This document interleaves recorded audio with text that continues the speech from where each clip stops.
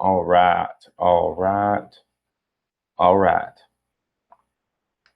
So, like I said, Herb Talk number 21, autoimmune series number 11, which is fantastic. We've almost gotten through 3 months of specifically talking about autoimmune disease, whereas we did the parasite series before that, which was 5 weeks total. So, what am I giving away this month? So, I actually got I got a supplement that I thought was really cool. Oh, let me reach back here and grab it from my stock. This one's really cool. And this is what I'm going to be giving away. Why? Because I accidentally got it, and I think it's a really cool supplement. I ordered one thing and got this, and I think it'd be great for anybody to have and to take on a daily basis for, all sorts of stuff. So we'll get to that here in a minute. But today we are hopping into histamine. We're going to talk a little bit about histamine. I've talked a little bit about this in the past. We're breaking into the next phase as well.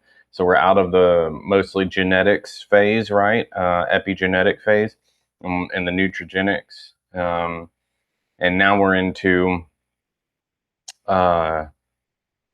histamine and gut health, right? So we're going to dive a little deeper into that, as we've touched on it lightly in the introduction phase of all this, right? So today we're going to start diving into what histamine is and what it does. And it is very, very interesting. So let's dive into that real quick. And it is time, yes. So histamine is both a neurotransmitter and an immune signaling molecule, right? It plays roles in digestion, brain function, and immune defense. And under normal conditions, histamine is tightly regulated, right? And quickly broken down in your body after it's released. And problems, though, arise when histamine accumulates faster than the body can clear it. See, a lot of neurotransmitter, we have a lot of ability to build, create, but also break down neurotransmitters. A lot of times, ADD, attention issues, stuff like that, focus issues, running thoughts in your head, has a lot to do with the inability to break down those neurotransmitters, right? So getting your gut right and getting some of these things right, it can be extremely important. But let's move forward. Histamine comes from 3 primary sources, right? So the first is food. Certain foods naturally contain histamine, especially aged, fermented, or leftover foods. So as food breaks down over time, histamines are created through that process, right? So the second source is mast cells. Mast cells are the immune cells found throughout the body, especially in the skin, gut, and the respiratory system. So when those are activated, they release histamine as part of an immune response, right? So the third source is gut bacteria. So certain bacteria can produce histamine during the fermentation of food in the digestive tract. So the body relies on enzymes to break down histamine, right? And I've talked a little bit about this before. Let me get you in drawing. All right, so I talked a little bit about this before in the introductory period or phase of this autoimmune series, right? So, and so our body normally relies on enzymes to break down histamine, and the most important of these is in the gut, and it's a diamine oxidase. DAO is what it's called. DAO is responsible for degrading histamine before it enters the bloodstream, right? So when DAO activity is sufficient, histamine from food in the gut is kept under control. It's not that big a deal. So all these systems work together. Like fermented foods are really good for you because it provides the different flora for your gut and for your intestinal tract and everything. But there are some things that coincide or come along with it that have to be dealt with by the body. And your body knows this, right? So we're supposed to have sufficient DAO. But when we don't, we can get histamine in the blood that doesn't need to be there. All right. So in many autoimmune patients, DAO activity is reduced. So that enzyme is not being produced like it should. So this can be due to several different factors, right? So damage to the intestinal lining reduces DAO production. You start to see the connection with gut health, super serious, has to be addressed, especially with autoimmune disease, especially with cancers, pretty much with any disease, gut health has to be addressed. So, if your gut lining is messed up, since DAO is actually produced in the cells of the small intestine, right? So, dysbiosis or imbalance in gut bacteria can increase histamine production while also impairing the breakdown of it.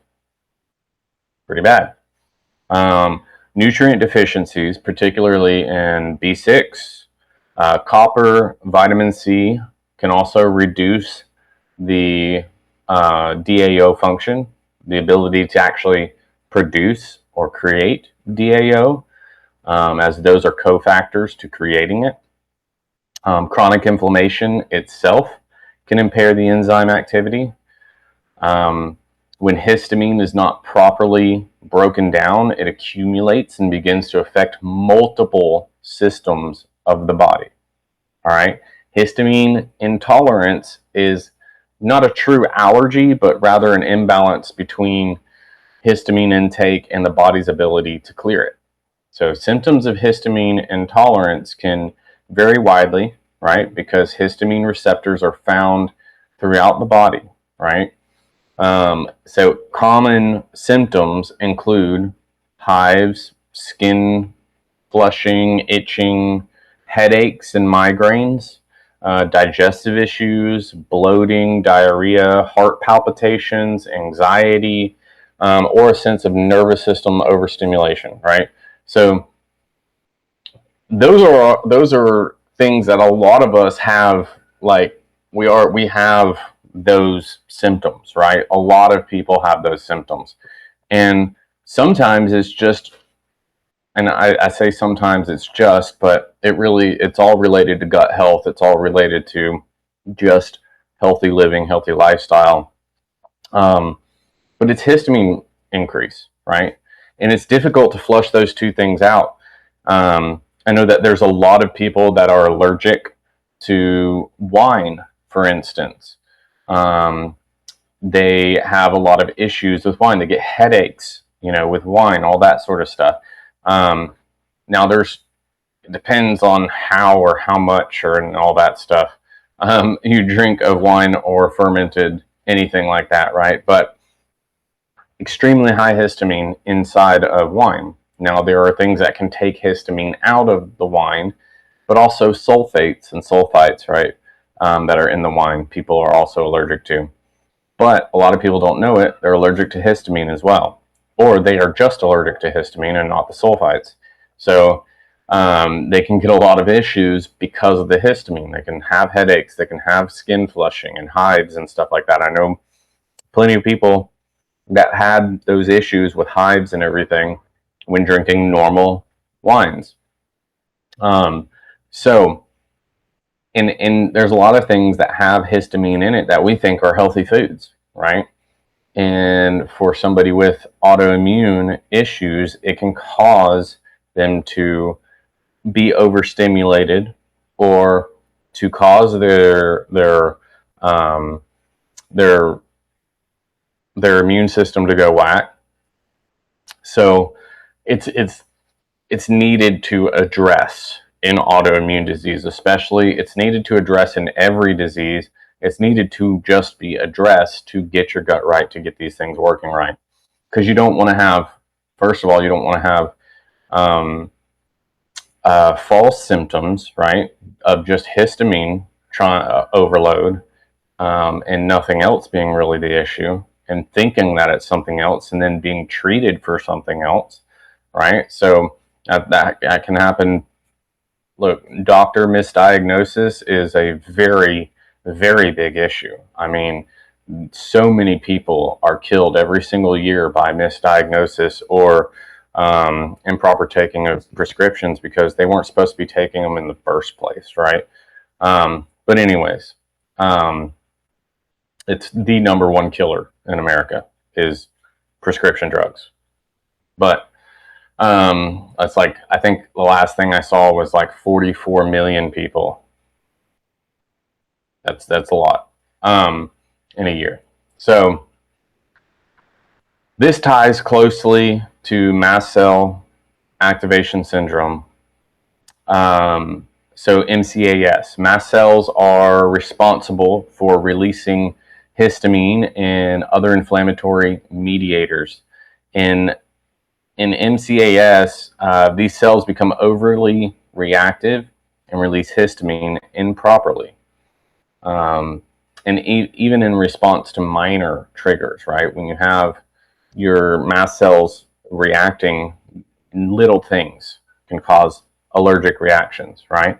So in autoimmune conditions, chronic inflammation and immune dysregulation, it can lead to increased mast cell sensitivity. So at the same time, elevated histamine can further stimulate the immune activity, creating a feedback loop. Okay, this is a big problem, especially with thyroid issues, right? So histamine promotes inflammation and increases vascular permeability and influences cytokine signaling, all of which can worsen autoimmune systems by far, right? So you could be actually like doing well with your immune system and everything, or at least starting to get some results, but your histamine could be out of whack and making you think that you're back at the same point, right? Or something's going on where you're just not progressing.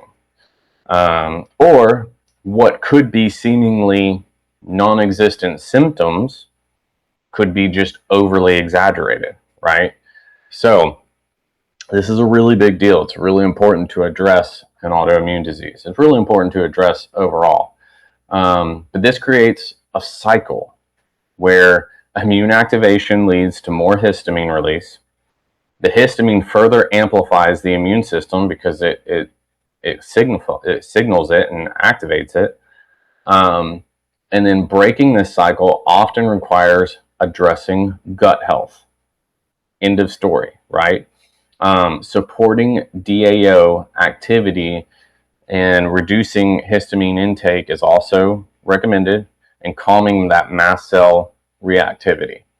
So understanding histamine as both an immune and neurological signal helps explain why symptoms can be so widespread and why managing histamine can play significant roles in reducing overall inflammatory burden. So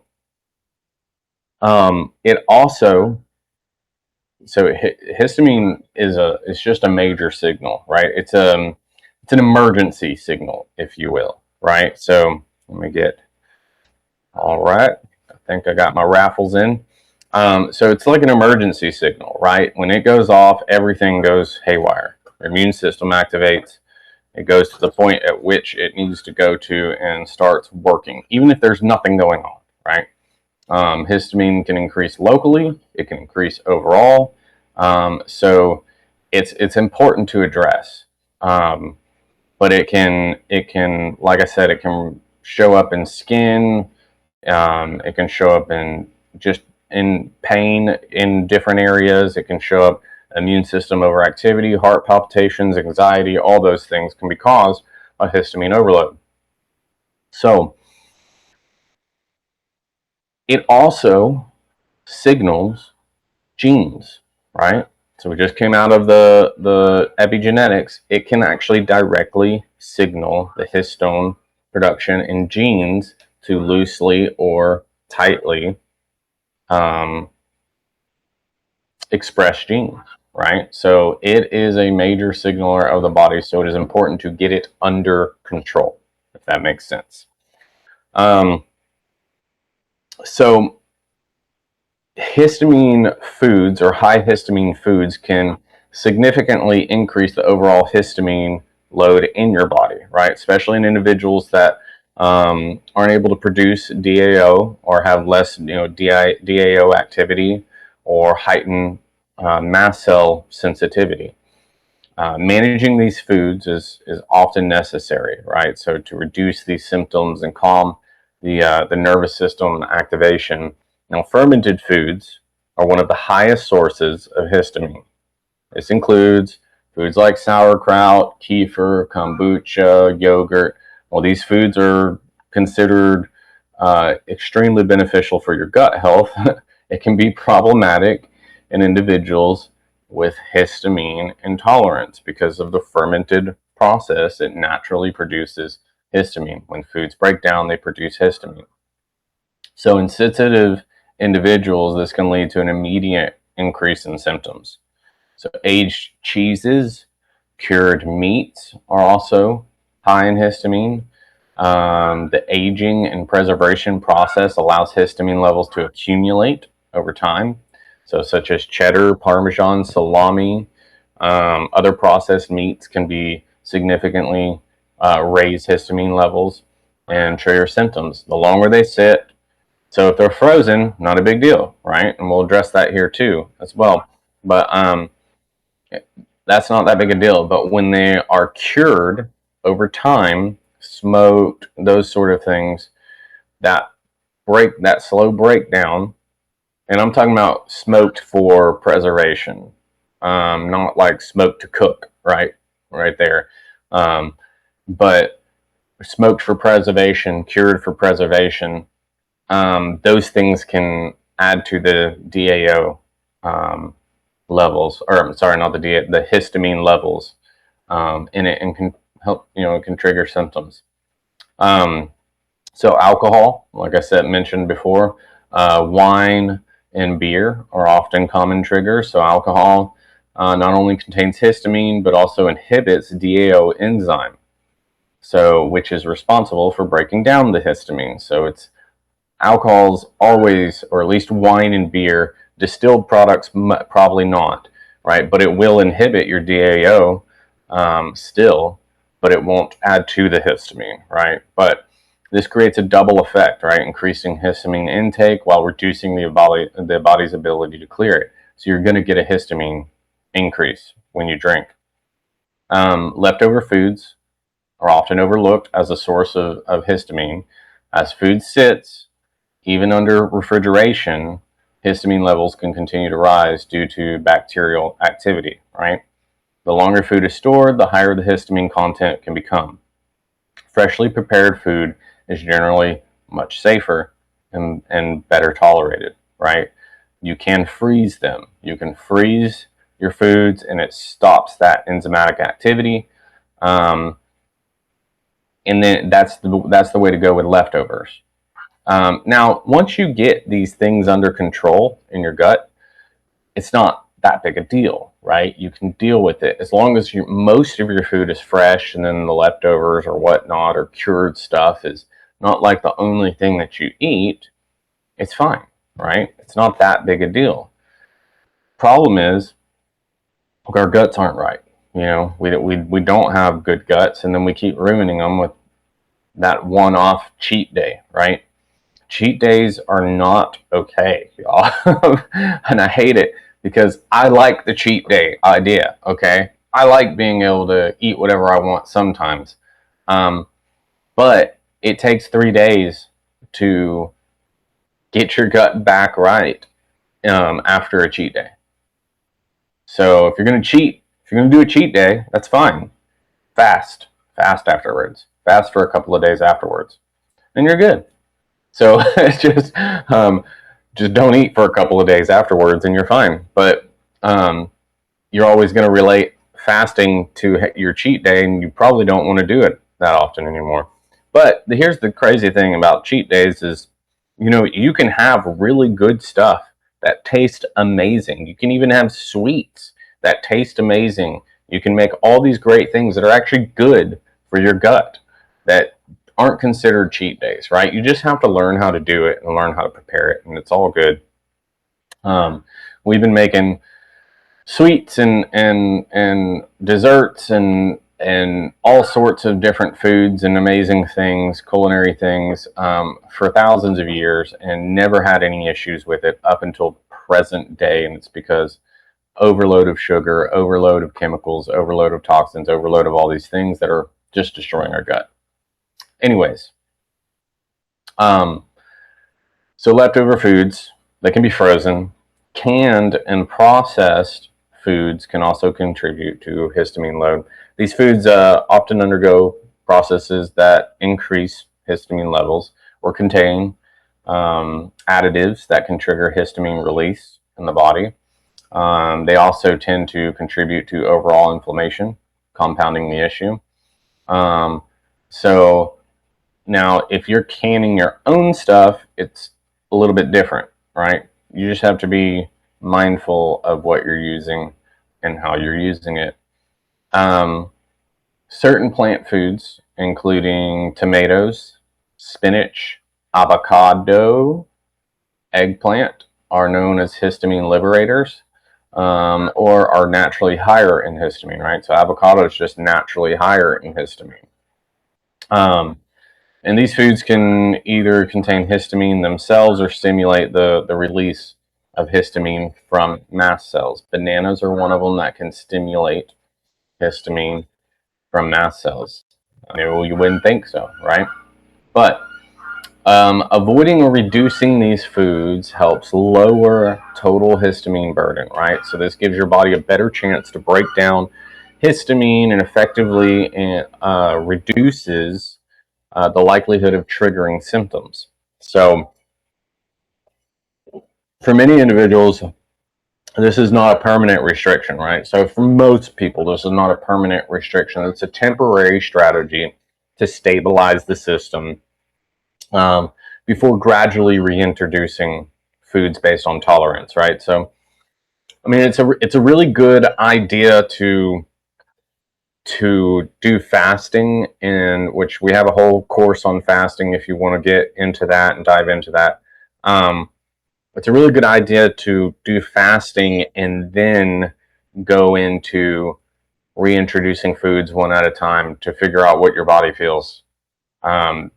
Really, really great to do that. And you can do that over a year period of time with fasting for a few days and then reintroducing a specific food that you might have concern about, right? Or something. And you can see how your body reacts pretty quickly after fasting to something that is good for you or bad for you. So everybody's body's different, right? And so this is kind of a process to figure out where your sensitivity levels are and all that stuff. There are tests that you can do, and I'm actually working on getting a device that will be able to test every single little thing in your body all the way down to the energetic cellular level, right? The machine's just really expensive. And so, but it's a really cool piece of tech. I can basically diagnose people, not diagnose, I don't diagnose anybody. But I can basically troubleshoot their body. We'll use different mechanical terms. But you can figure out exactly what's going on in your body, exactly what you need to do, where the chain is broken. I was explaining to someone earlier this week, I was explaining to them that, doctors see a symptom and they try to prescribe something for that symptom, right? And this particular individual had eye issues. And his doctor recommended very, very specific synthetic vitamins for the eyes, and then suggested an eye drop. All right. And I said, okay, so this is what I mean, but doctors don't really know what they're talking about when it comes to health, right? So they know how to diagnose and treat symptoms. And I can tell this, that they don't know about health, because the first thing that he did was, let's throw all this stuff on the eyes and specifically for the eyes, right? Rather than asking why his eyes are like this in the first, what is producing this outcome, right? Because the eyes are the end result. They're not the start, right? It's not like my eyes are having issues. Oh, I have an eye drop deficiency, right? That's not how that works. There are many chemical processes. There are many different metabolic processes that cells need, that your body needs to function properly, right? It's like a chain of events that happen. Just to get to melatonin, there's like 5 different chain events that happen in order to produce melatonin to rest and sleep. So there's like 5 different processes. Now, through that process, there's other things that pop off and through those processes that are used elsewhere, right? So that chain is specific and important, right? But somewhere you could be missing something, or you could have been exposed to something that broke a link in that chain, right? And it's showing up because your eyes are missing something, right? And so it's important to go back and fix that link, fix that chain, so that all those chemical reactions and processes and everything can happen properly like they're supposed to. So somewhere in the line, there's something broken and it's got to be fixed.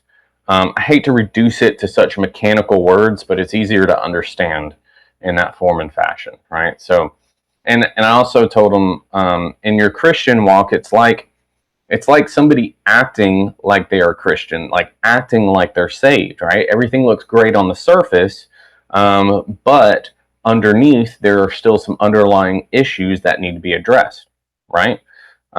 So it needs to be addressed at the heart, not at the surface. So, so there's, you have to address the actual cause. You have to get to the root of it. There's no other way to do it, and we strategically do that here. Listening to the body and listening to the design that God created. So, avoiding these foods, like I said, can help lower your overall histamine, right? So it's not permanent, right?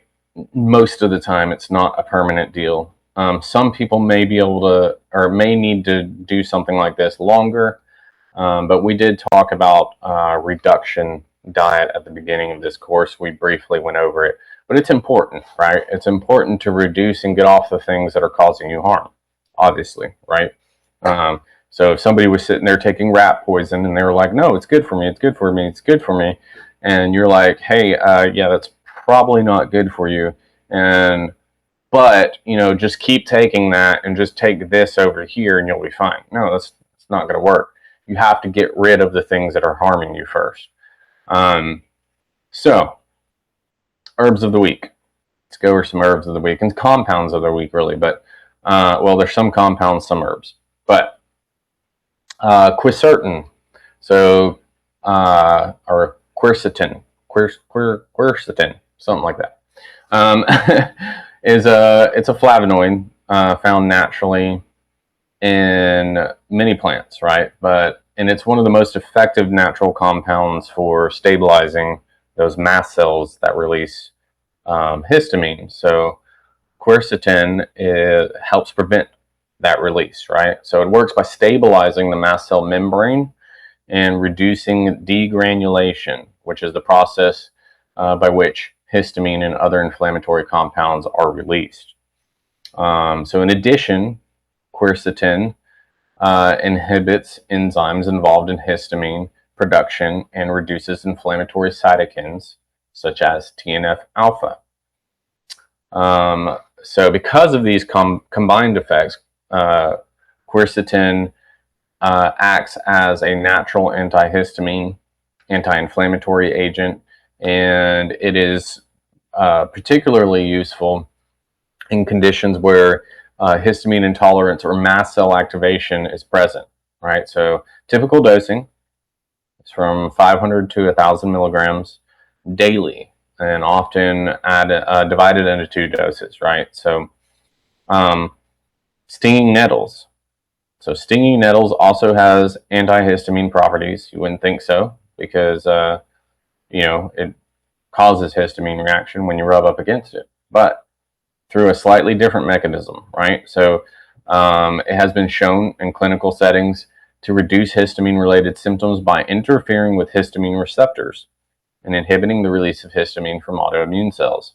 So nettle contains compounds that help modulate inflammatory pathways and reduce allergic type responses. It also provides additional benefits through its mineral content, extremely high mineral content, supporting overall immune and metabolic function. So freeze-dried nettle is commonly used for standard doses, often around 300 milligrams, taken 3 times daily. You can take a bunch of it. You can take as much of it as you want. It's never going to hurt you. It's only going to benefit you. It's one of those adaptogenic weeds, herbs, really.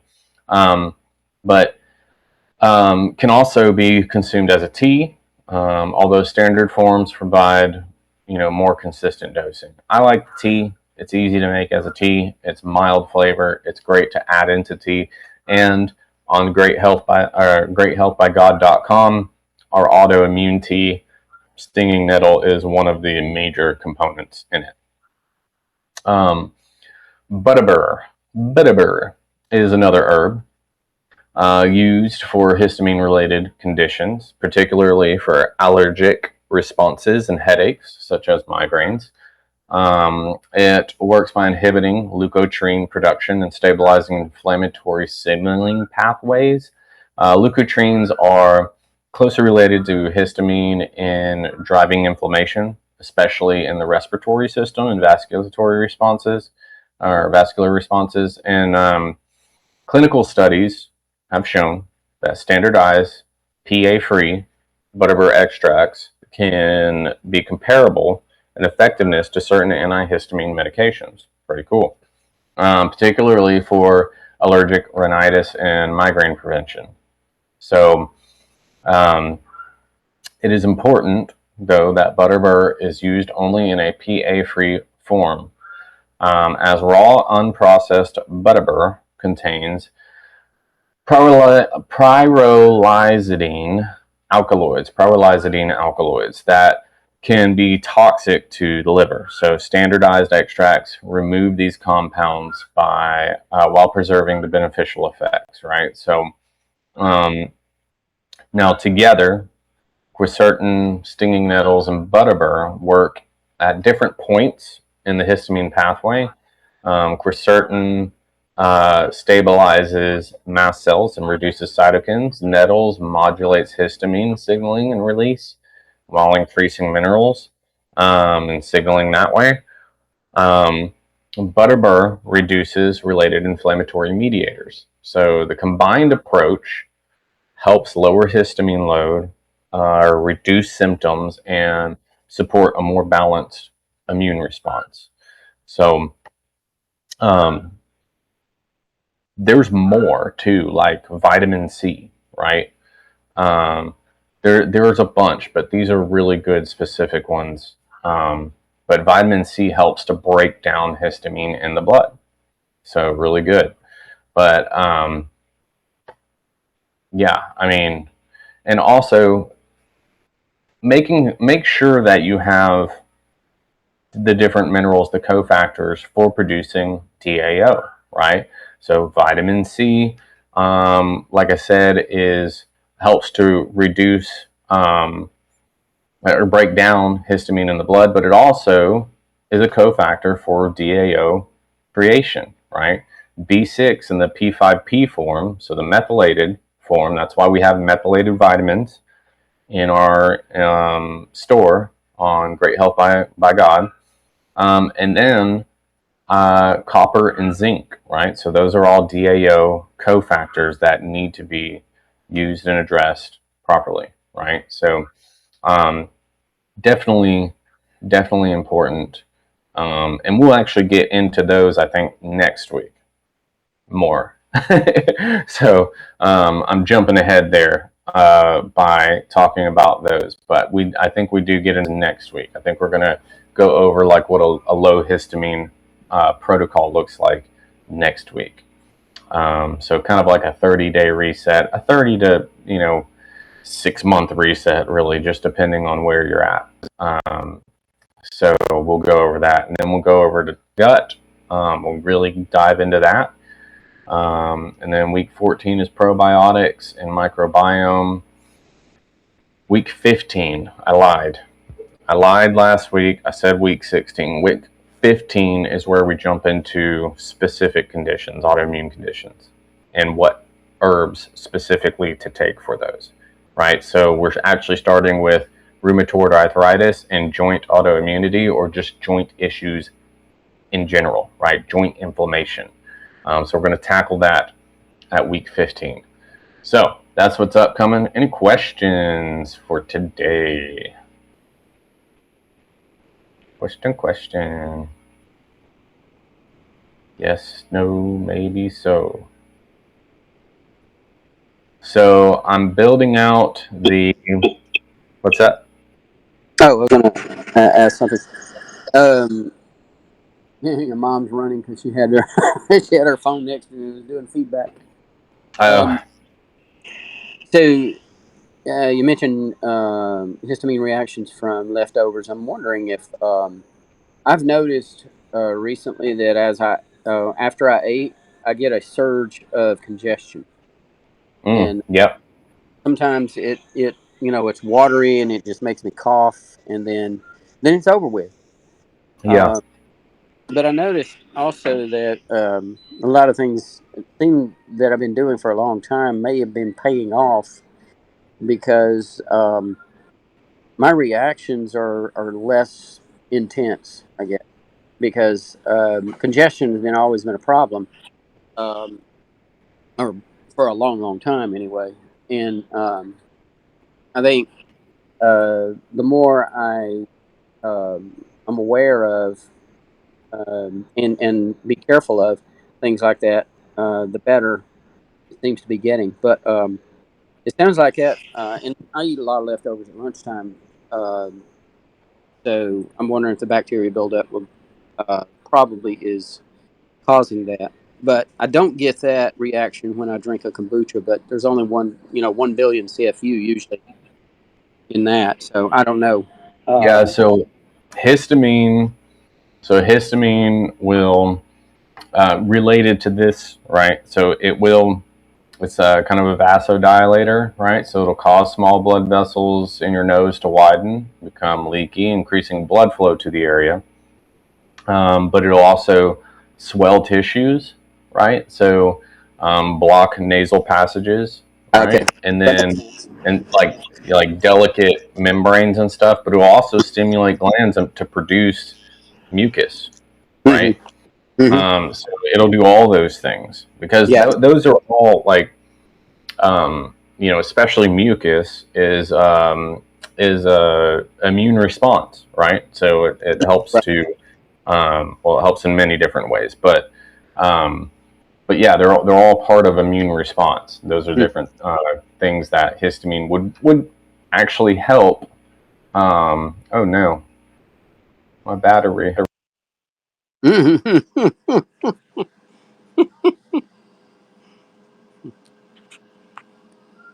Oh no, he must have lost battery.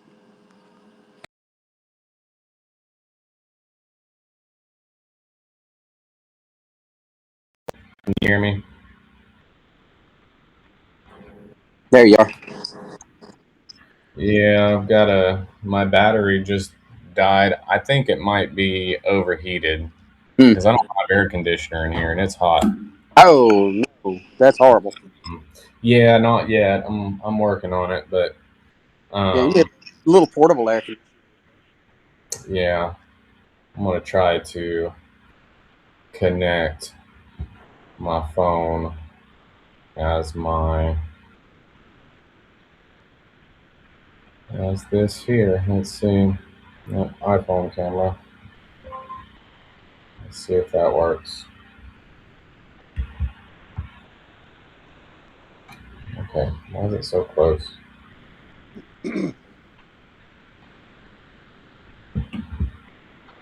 Man, that's super close to my face. Okay. Let's see. You know what it's wanting to do? No, it's not. I don't know what it's wanting to do. But We can hear you. We may not be able to see you, but we can hear you. yeah. Yeah. Well, that's good. um, so I guess I'll just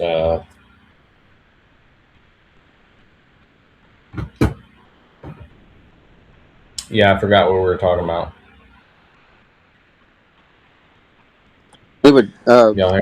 My last question. You covered it. My last question about leftovers and my increased amount of congestion after eating.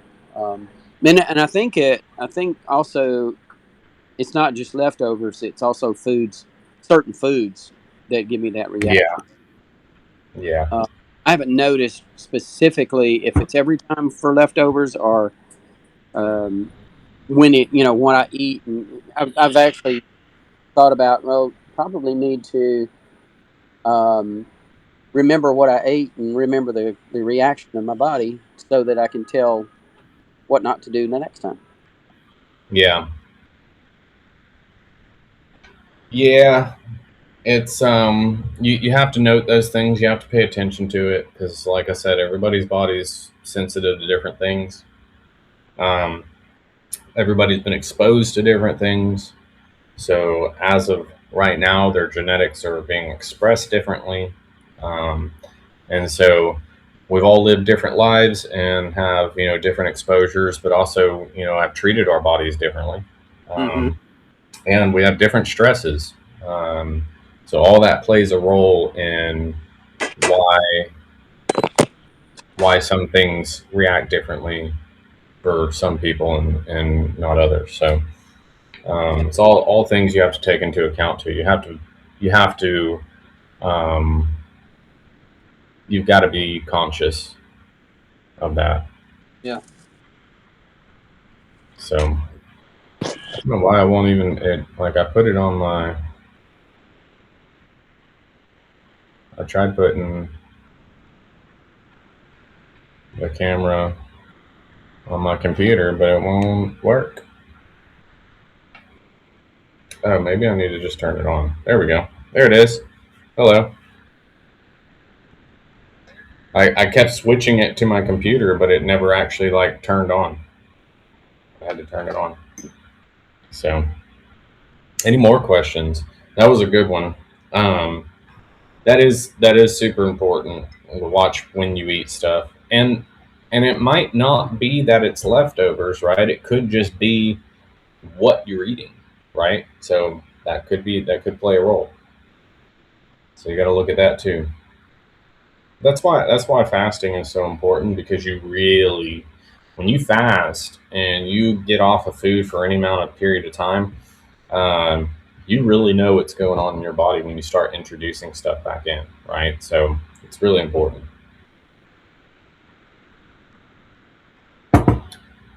Anything else for the day? Oh, so I mentioned this at the very beginning, but not everybody was in. The giveaway. So I ordered a bunch of supplements to keep in stock. to send out and stuff, but they actually sent me something that I didn't order on accident. But it's really cool. So that's what I'm going to give away. I'm going to give this away. I really wanted to take it, but I don't have the chance to win. So one of you get it. So it is called Age Rescue by Daily Defense. And it's HGH support, so human growth hormone support. Really good stuff. So it's L-arginine, right? So increasing vascular vasodilation.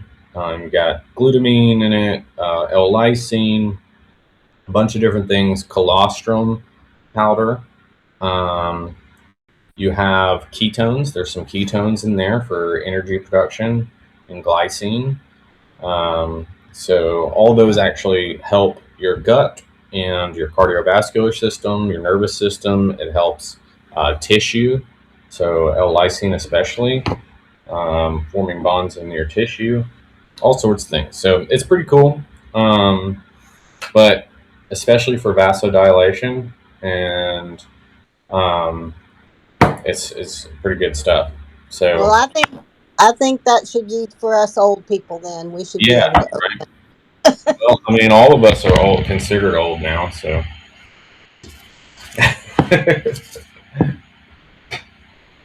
I know, you're a lot younger than me because I birthed you. Yeah, but it's a pretty good one. I really like it, but yeah, I'll be giving that away this month. I know it's not like specific for autoimmune disease, but it's a really cool one. Hey, that lysine, however you say it, is that what's good for like after you losing weight and bringing the skin back, toning it back? I haven't heard it being specifically used for that, but it makes sense because it does help like collagen bonds and stuff. I'd have to look into that. I don't know it as being specifically used for that, but I know like vitamin C and MSM would be really good for that. But L-lysine, like what I've always used L-lysine for, stopping cancer, right? So just like stopping cancer in its tracks.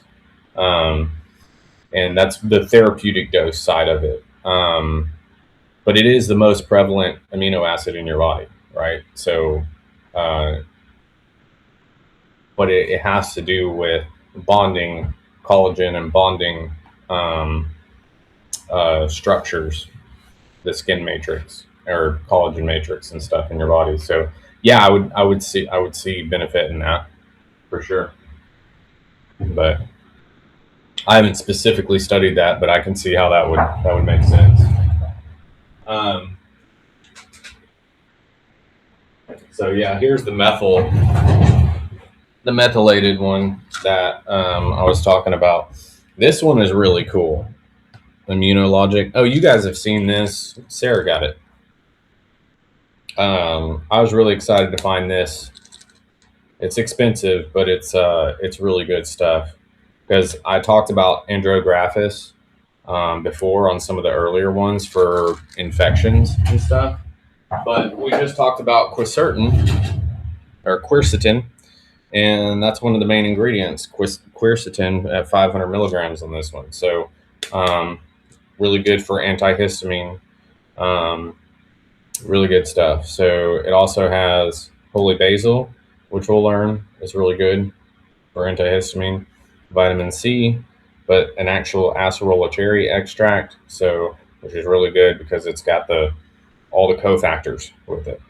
But yeah, this one's super awesome. Olive leaf, oregano, bee propolis, all those are super antibacterial, antifungal. So like anti-candida type.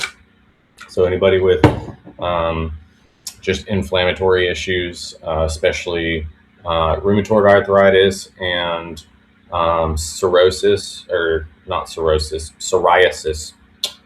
I saw it in my head and I read it wrong in my head. Psoriasis and eczema, those type things, that's really good.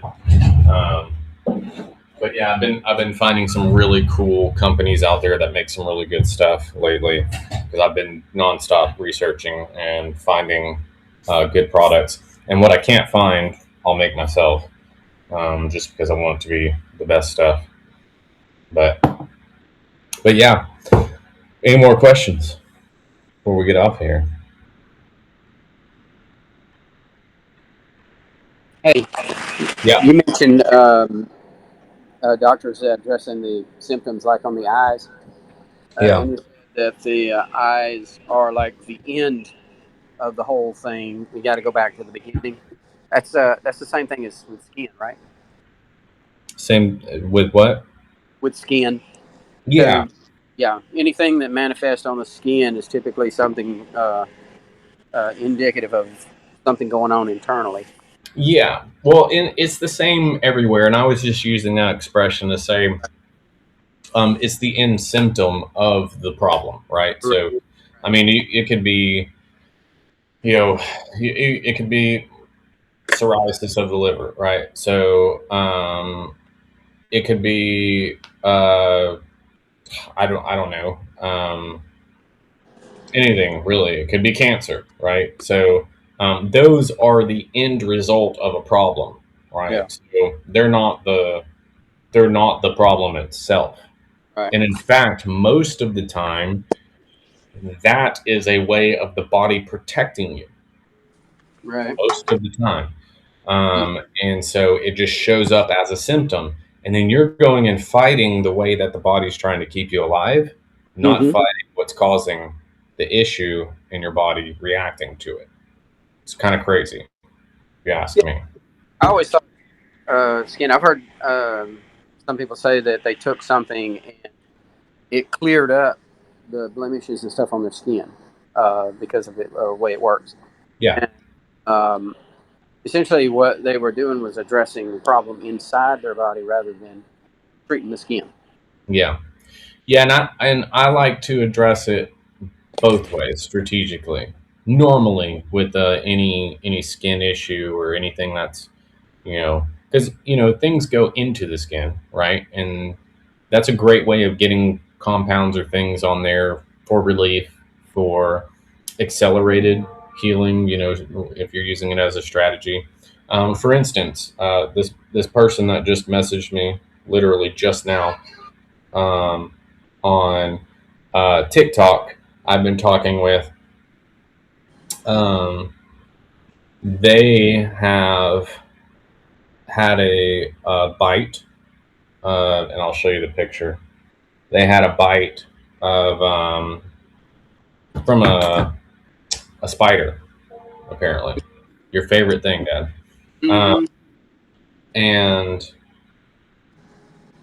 I sent them my video of how to deal with that, right? Because I had a brown recurrence bite that I dealt with on my hand, um, and the doctors told me, "I'll go home, come back later when it's worse." I said, "Oh, okay. So when you got to surgically remove tissue, got it."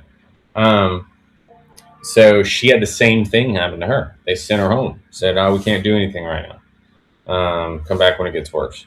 And um, so I've been telling her I showed her that video. I said, "This is what you need to do, but attack it topically and internally, right?" Um, Addressing it internally often has to do with regulating your immune system, getting your immune system built but regulated, right? And that's extremely important in any issue. When your immune system is functioning correctly, um, you're able to deal with a lot of things um, and properly move things in and out of the body, right? So, and properly heal, allow for proper healing. And a lot of them, the different immune functions are part of the healing process. So having that operating correctly is extremely important.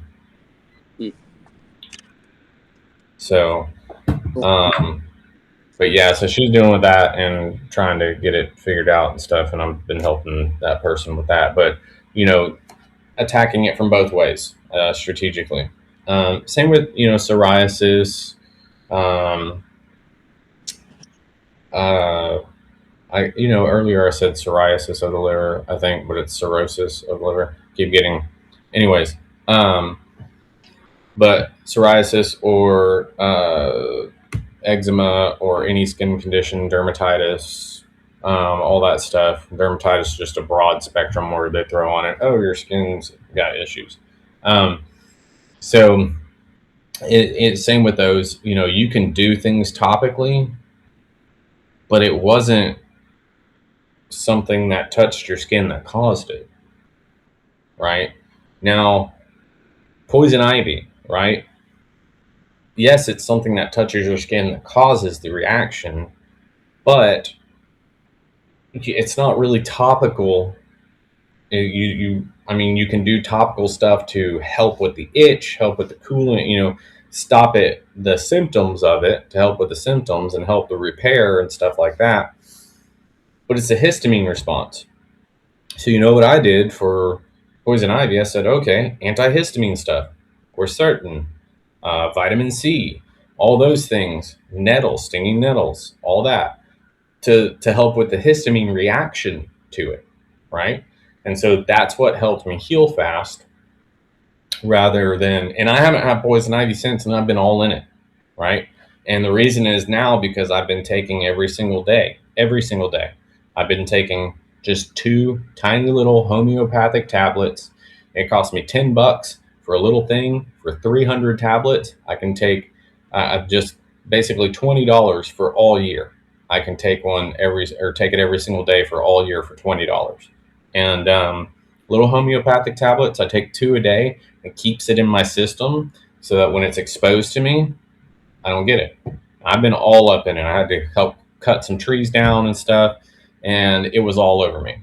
And I went, washed off, and I didn't worry about it because I knew that I've been doing that, and it's been awesome. I haven't got it since. Now I'm dealing with chiggers. Now I got to deal with that. But so that's my next project that I'm going to work on.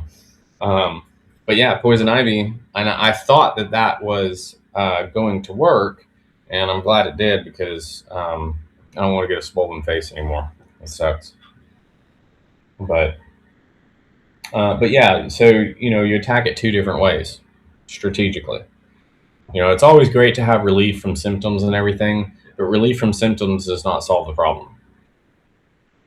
It just makes you think that it's working. Yeah, exactly. So, anything else?